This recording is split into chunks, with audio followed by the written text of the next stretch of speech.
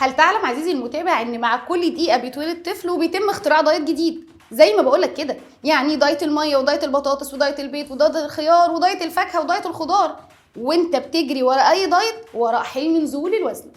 تعال اصدمك بقى ان انت لما بتنزل وبتخسر وزن في الانظمه دي فانت بتخسر ميه وكتله عضليه وبتفضل سايب المشكله الكبيره اللي هي الدهون، واول ما بترجع لحياتك العاديه بترجع الوزن اللي انت خسرته. مش بس كده، بيكون عندك نهم شديد جدا للاكل، بتلاقي نفسك بتاكل بكميات كبيره من الحاجات اللي انت كنت محروم منها، والنتيجه زياده في الوزن.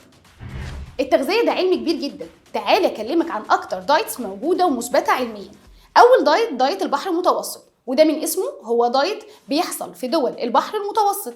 والعلمك الدايت ده لما اتطبق حصل زياده في متوسط اعمار الناس اللي عايشه في المنطقه دي، وقلت اصابتهم بالامراض المزمنه.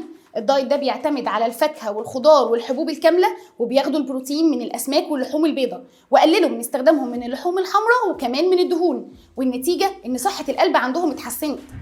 تاني دايت وهو الداش دايت، وده دايت بيستخدموه المرضى المصابه بامراض ضغط الدم. والدايت ده بيعتمد على ان هم بياخدوا الاكل اللي قليل في الصوديوم مع الاكل اللي غني بالبوتاسيوم والمغنيسيوم، يعني بياخدوا الحبوب الكامله والخضار والفاكهه ويقللوا من استخدام اللحوم والدهون.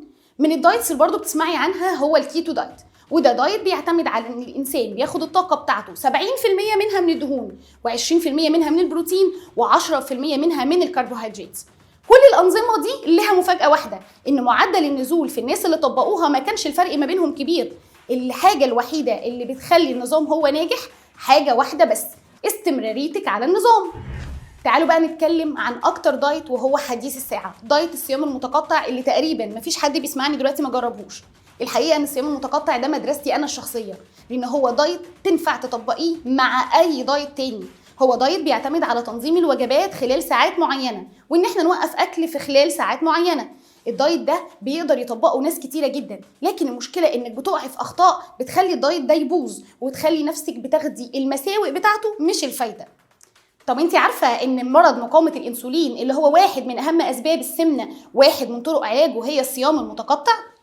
عايزه تعرفي اكتر عن الصيام المتقطع؟ ولحد هنا خلصت حلقتنا، لكن الحديث بقيه هنتكلم فيه المره الجايه عن الصيام المتقطع اللي هو وهي. انتظرونا.